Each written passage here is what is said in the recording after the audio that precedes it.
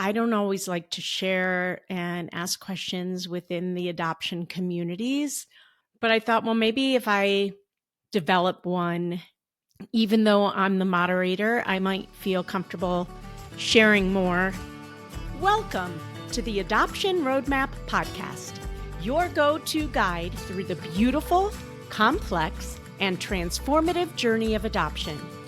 I'm Rebecca Greenspan, a single mom through adoption consultant for over a decade, author of the Adoption Roadmap book, and your trusted guide. In each episode, we dive into real experiences, expert insights, and the raw, honest truths that you will need to navigate your journey. Whether you're just beginning, in the thick of it, or well past placement, you'll find support and community here to help you navigate this unique path with confidence and love. Adoption isn't all rainbows and butterflies. It is life-changing and worth every bit of effort. Let's learn, grow, and journey together on the Adoption Roadmap Podcast. So I wanted to come on to talk a little bit about how I even came up with this idea of starting a post-adoption community to support adoptive parents. And I think partially it's always going to be where I am in my journey. My son is 13 years old as I record this. And a lot of things come up. And I think as a person, as an adoption professional, I don't always like to share and ask questions within the adoption communities. But I thought, well, maybe if I develop one, even though I'm the moderator, I might feel comfortable sharing more. And I've also realized through the years just how important it is that when things come up for me, whether it's a celebration or an excitement around the birth family or the open adoption relationship or a struggle, sharing with my family just doesn't cut it. You know, they think it's nice and all, but they don't get it. Like, why aren't you worried about having an open adoption? Aren't you? I mean, I'm sure a lot of people who are adoptive parents have heard all of this. So part of it was all of that. And I know that throughout my life, I've been part of adoption groups, especially when I lived in Chicago. There were a lot of new moms group for adoptive parents. And that was powerful.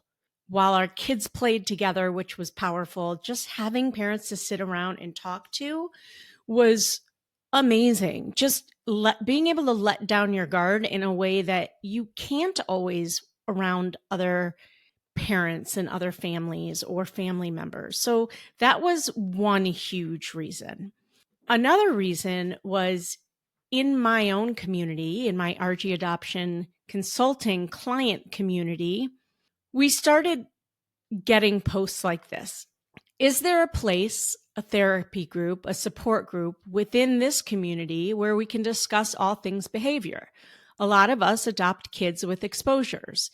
It would be so incredibly helpful to have a community or a group or a therapist that can help us navigate it all. My boys struggle with impulse control, have ADHD, and I'm getting them help, but it's a lot. I've learned a lot. I'm happy to share what I've learned, but I'm wondering if anyone else ahead of me might have more information, and then listed the things that they are struggling with. Another person wrote, is there other adoption support or information groups that you would recommend, Facebook or otherwise?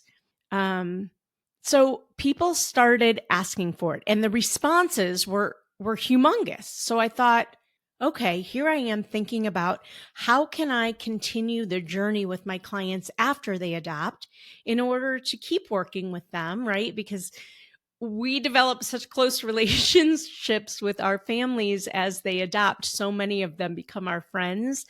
And how can we stay in community with them? And how can we continue to impart our wisdom as, you know, being a few years ahead of them and just keep that continuity, right? Because a lot of them have built relationships or or know us in the adoption, in the RG adoption community.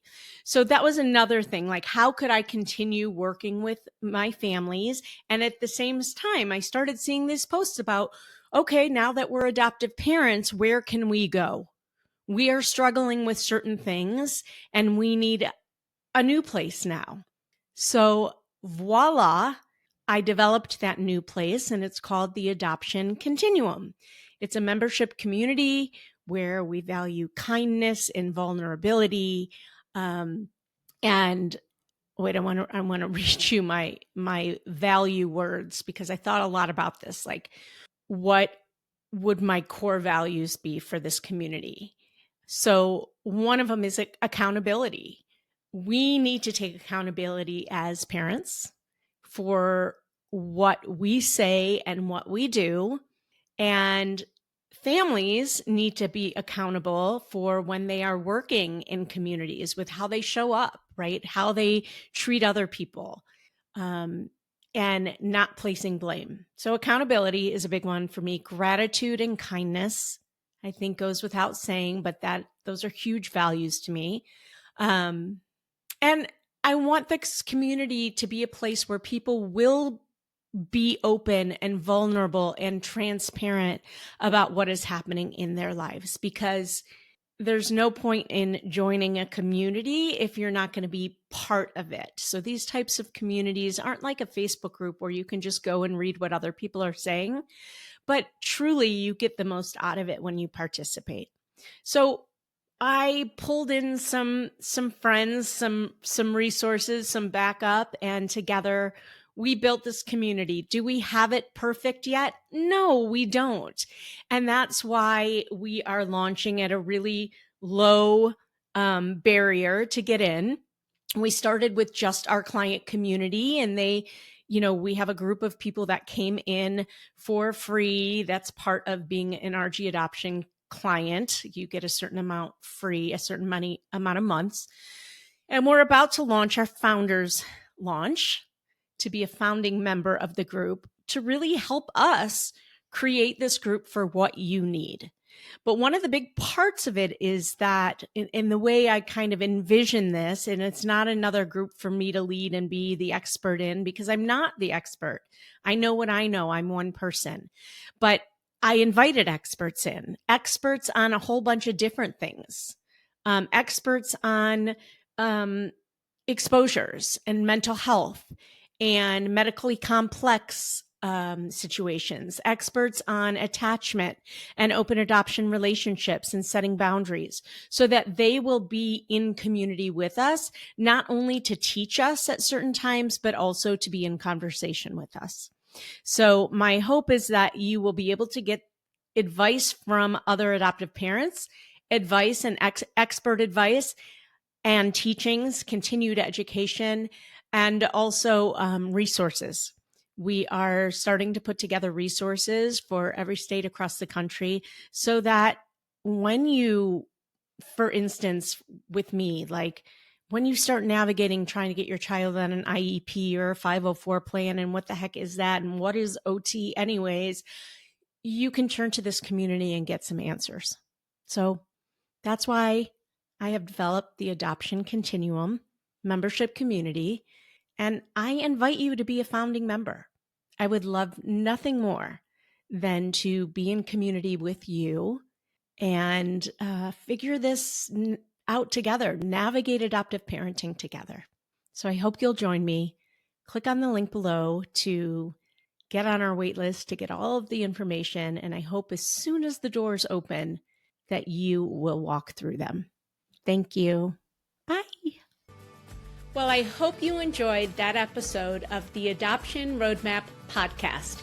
If you did, I have a few favors to ask of you. First, please hit subscribe so you never miss an episode. And while you're at it, I'd love to hear your takeaways. Please write a review and let me know what you liked. And if you have a question or a suggestion on what you'd like to hear, I'd love to hear that too. Please shoot me an email at support@rgadoptionconsulting.com and let me know what you'd like to hear about.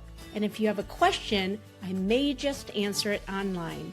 Thanks again for listening. Tune in every Wednesday and Friday morning for a brand new episode of the Adoption Roadmap podcast. Until next time, bye-bye.